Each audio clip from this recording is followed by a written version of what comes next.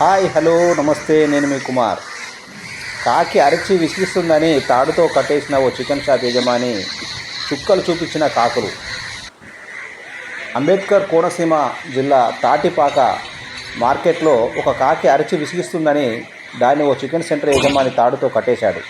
అయితే కాకిని బంధించడంతో అక్కడికి వందలాది కాకులు చేరుకుని అరవడం మొదలుపెట్టాయి. కాకుల గోలను భరించలేక మిగిలిన దుకాణదారులు ఇబ్బందులు పడ్డారు. చేసేదేమీ లేక కట్టేసిన కాకిని చికెన్ సెంటర్ యజమాని వదిలేశాడు. పక్షి జాతి కాకులకున్న యూనిటీ మానవులకు లేకపోయే అంటూ అక్కడున్న జనం నోళ్లు వెళ్ళవేసుకున్నారు.